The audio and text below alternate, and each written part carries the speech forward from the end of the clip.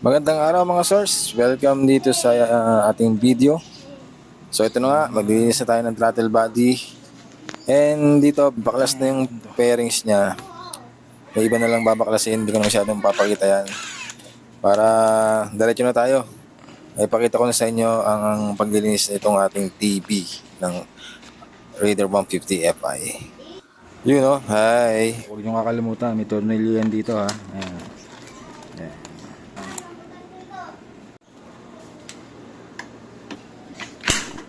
Tanggalin din natin to.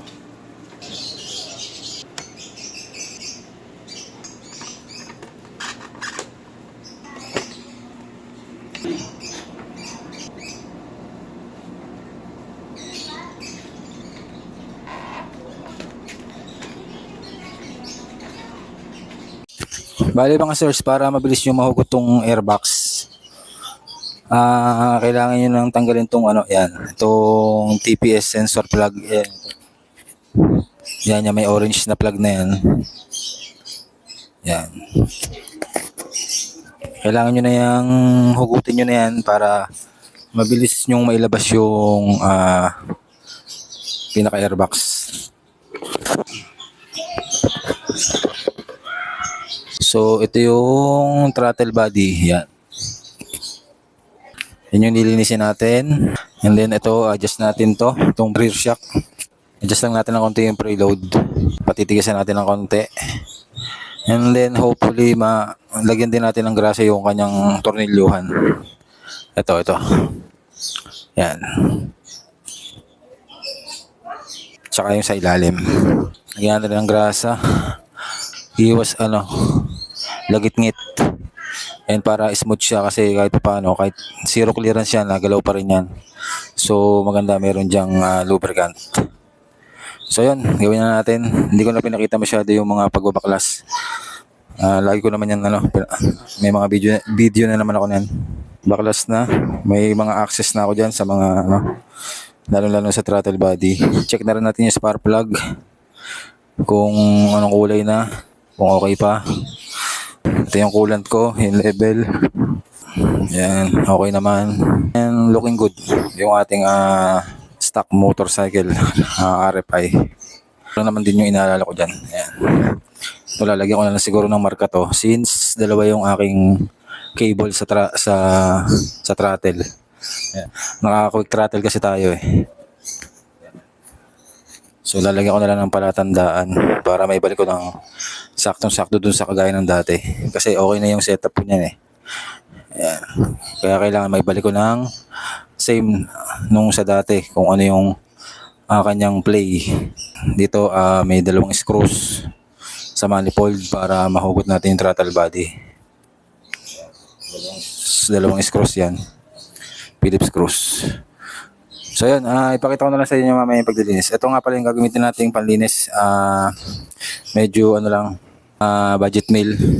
Pero goods yan yung Aeropack na panlinis. CVT FI cleaner. And sa brake cleaner, Aeropack din. Magbe-brake cleaner din tayo. Maglinis din tayo ng brake.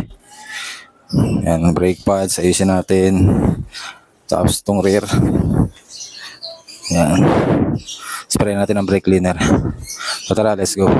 So yan, nilagyan ko na lang ng markings. At least pagbalik natin, may palatandaan pa rin tayo. Nilagyan ko na lang ng markings yung aking throttle cable. So yan lang yung best way natin para may balik natin sa dati mamaya. Ito mga sirs, unahin niyo muna tanggalin yung pinaka-throttle body. Kailangan muna tanggalin yan bago natin tulugan. Kasi para umangat na yung itong bilog na yan.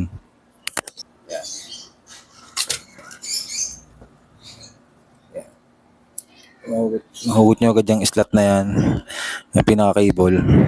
Pag naangat na natin yung throttle body, mabilis na siyang matanggal. So yun, unahin na muna natin yung dalawang tornilyo sa manifold. So yun, nahugot na natin sa manifold yung pinaka-throttle body. Hilahin nyo lang yan. Mahinang puwersa lang kailangan dyan, hindi naman kailangan malakas na puwersa. Basta naluwagan nyo yung dalawang tornilyo, simpleng hila na lang din yan. So ayan, matanggal na natin yung throttle cable na dalawa. Pakita ko sa inyo.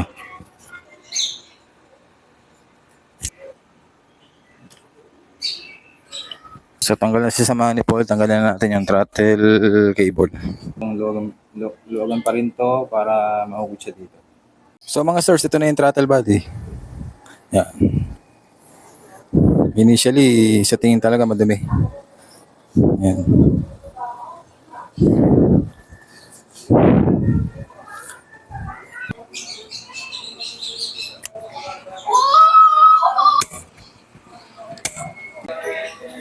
So ayan, linisin na natin. Tara, let's go. Basa ko dyan ay Mikuni. Kumuwala ko ng lumang toothbrush para kung kakailanganin man. Ito yung gamit natin. Budget meal lang, Aeropack. Aeropack baka naman. CBT, FI cleaner and chain cleaner na rin siya. Pero kung the best yung carburetor and throttle body cleaner, yung dedicate. Pero almost the same lang. Yan, pasiritan natin to. Ang dumi oh.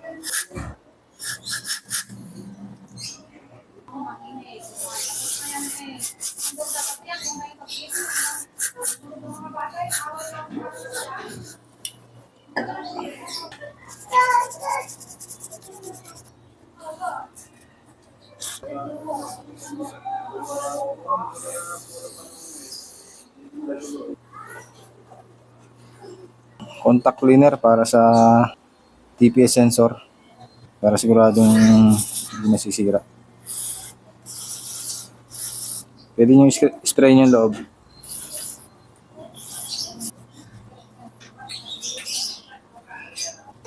Tapos mga sirs, ito na yung air screw na sinasabi ko, yung idle screw. Yan. Tatanggalin natin yan, tapos lilinisin din natin yung pinakaloob niya. Tapos ito papalitan natin. Wala kayo ng flat screw. Tapos counterclockwise pala yung paluwag. So yan. Yung makikita, para madumi. Yan, ito yung sinasabi kong O-ring. Nakabili na tayo niyan. Ganito siya pag in-sprayan.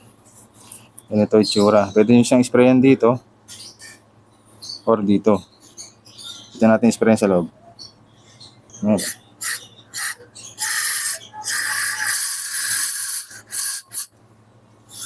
So mamaya palitan natin yung air screw.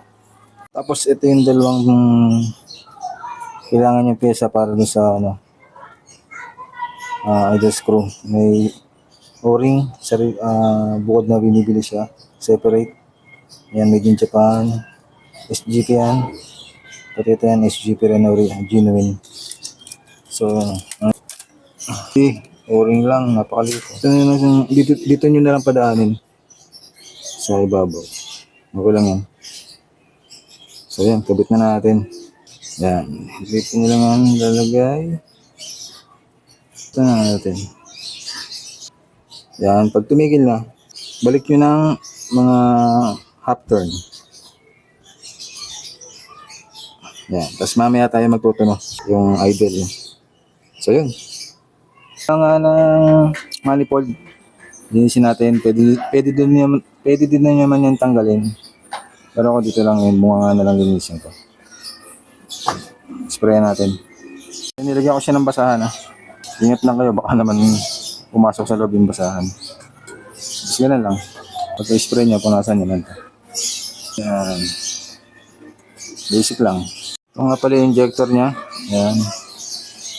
Hindi naman natin yan papakalaman. Sunod na lang yan. Tapos check na natin yung spark plug kung okay pa. Linisin yung throttle body mga sirs. Yan. Hindi siya yung panlabas niya. Kailangan dyan naka ultrasonic kayo kung gusto nyo bumalik siya sa dating postura. Pero mahalaga yung loob malinis na. Kahit pa paano. Kaya napalitan na natin yung air screw. Ayan, bago na yan. Mamaya pagkakabit, tono na lang ulit natin yung RPM idle niya. So yun, kabitan na ulit to. Spark plug check, kinalawang. Ayan na, may kalawang. So all goods ang sunog ng spark plug natin Balik na natin. Optimal yung sunog, kinalawang. Tapos, ito naman, adjust natin. clockwise para mag-compress yung spring. Medyo tumigas siya. Ano?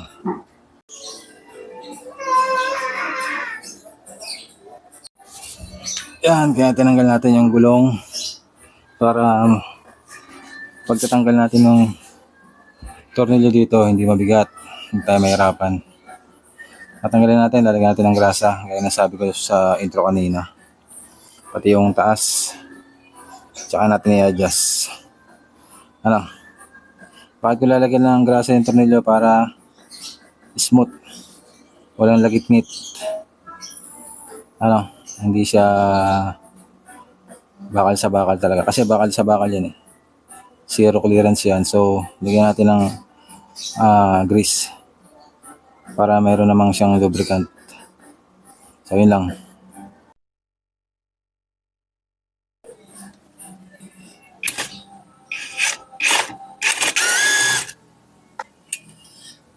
Ganda ng grasa.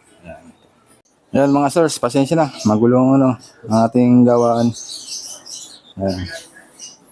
Medyo hindi pa tayo matatapos. Pakita ko lang sa inyo yung Pakita ko lang sa inyo yung ginagawa kong Yung isa nalagyan ko na ng grasa yung tornilyo. Yan. Nalagyan ko na yan. Ito naman yung taas. Yan. Talagan din natin yung pinaka bakal nitong shock, yung kanyang mismong bakal na to. Dapat ma-sprayan din natin ng kahit silicone spray kasi hindi na natin ito matatanggal eh. Pero yung tornilyo niya, yan, yung sinasabi kong nilagyan ko ng grasa. So yun, kabitan natin. Pinakita ko lang. So yan, okay na, higpitan na natin. So okay na, na-adjust ko na rin yung rebound, 13 clicks. Click na lang siya. Kasi overall 25 clicks yan eh. 13 clicks yung ginawa ko. Adjust na natin to, tapos linisin na natin yung brake pads or caliper, pati yung harapan. Ayan. Linisin na rin natin yan. Tapos yun, balik na ang pairings, pagkatapos maglinis ng calipers. And taon natin yung RPM. Tapos yun, tingnan natin kung okay na. Ayan mga sir, so tigang na tigang. Ganyan. Itong rubber boots, lagyan natin ng silicone grease.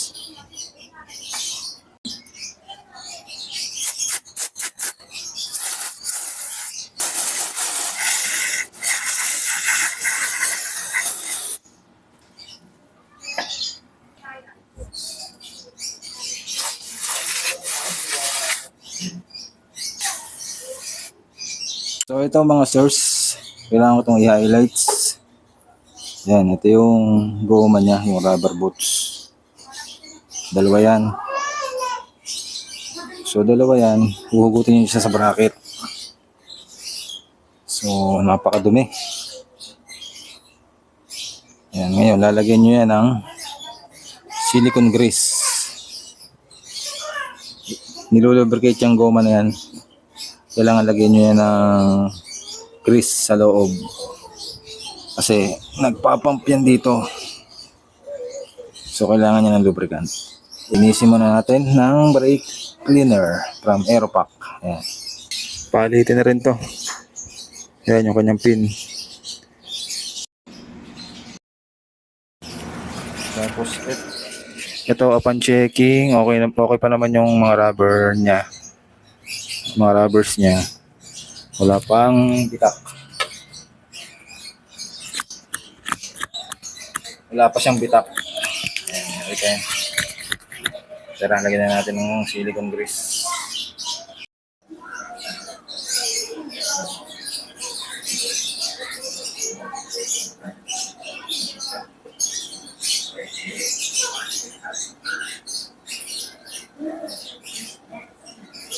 So ayan mga sirs. Ito yung ating rear wheel. Bubuksan na rin natin to. Dito mga source, naisipan ko i-lubricate yung rubber damper. Lagyan na rin natin ng silicone grease. Tama-tama yun. Total, hubad na rin naman ito. Babaklasin natin to. Ito nga pala tornilyo ng sprocket. Tapos lagyan natin ng lubricant yung goma na yun. Yan, so okay na. Lagyan natin ng rubber tawag dito, silicone grease. May mga gilid niya. Tapos tong Rubber damper. lagyan natin yan. So okay na, kabit na ulit natin. Yan. So dito kailangan na natin dyan ng torque wrench. Kailangan pantay-pantay ang higpit niyan. So kailangan natin ng torque wrench yan. Tara, kumana tayo ng torque wrench. At saka kaunting thread lock or thread locker para may walang alog yung tornilyo. Let's go. Yan. Okay na ulit. Kabitan na ulit. Ayan. Ilang oras na rin ako dito nagagawa. So, kakabit na natin. Throttle body, yung rear mags. Nalinis na yung caliper. Nalagyan na ng mga grasa yung kailangan lagyan. Lubricant, grasa, grasa. So, kabit na ulit natin. Para maito na natin yung ating idle RPM. Let's go. So sa pagbabalik naman ng throttle body, hindi naman kayo magkakamali dyan. Kung makikita nyo yung manifold, may para siyang spacing. So doon yung ilalapat yung parang yung parte na may butas na yan. Yan yung magiging sasalpakin dyan sa parang spacing na yan. Na yan. Doon yung siya ikakasa para siyang jumper. So hindi kayo magkakamaling ibalik yan. And dito, sasalpak na natin nga itong throttle body. Kasi nalinis na natin. Mukha lang madumi yung labas kasi hindi na talaga yung matatanggal. Halos mancha na yan. Kailangan na dyan ng ultrasonic cleaner.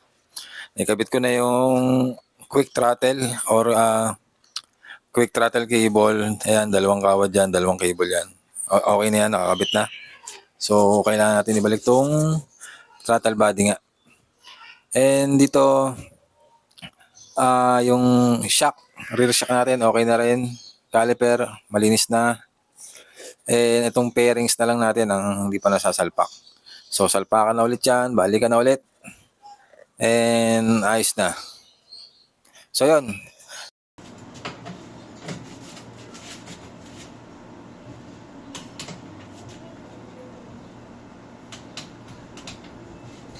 So yun mga sirs, halos tapos na. And gagawin na natin, magre-reset tayo ng ECU. Kasi nagtanggal tayo ng sensor ng TPS or nag-unplug tayo ng TPS. So, nga kasi nag-linis tayong throttle body. So, reset ECU tayo.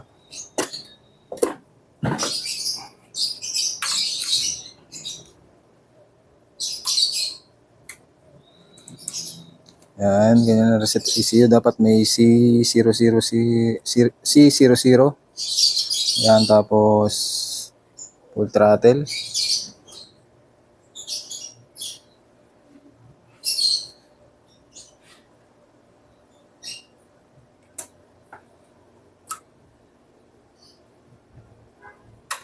Pagkatapos tanggalin nyo na yung wire.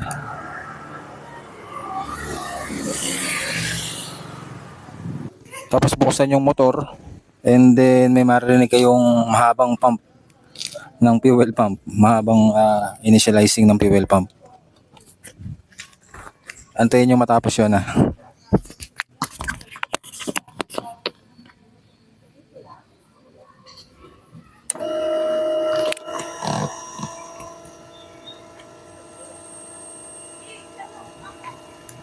Ini kaya.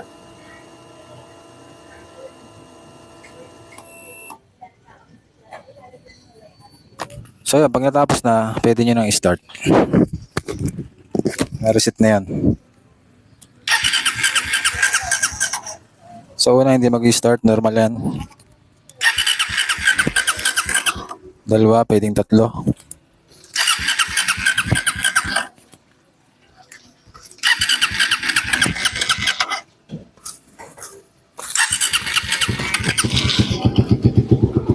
Apat na start. Ang gagawin natin dyan, painitin natin yan para ma-adjust din natin yung minor.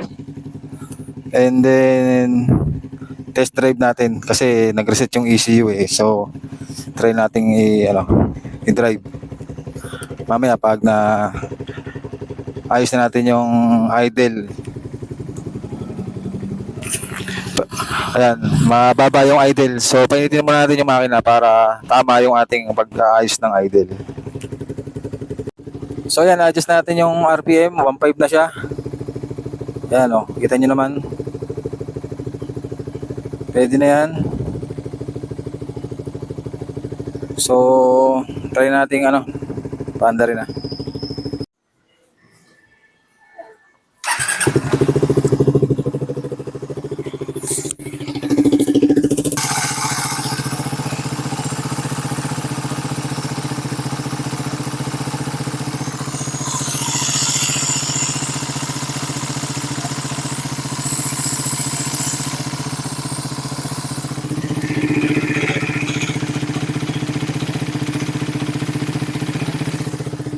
Yan mga source ang tunog ng 94,000 Auto.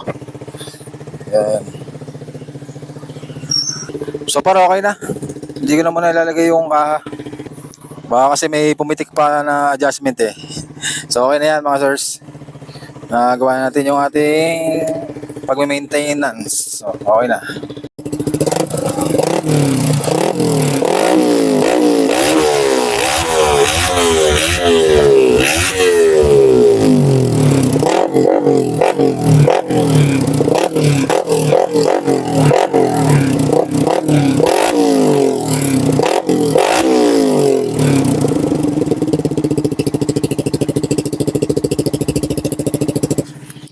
So yun, sana may natulungan kayo. And salamat sa pag-load ng video and ride safe. Please follow for more and ingat kayo palagi.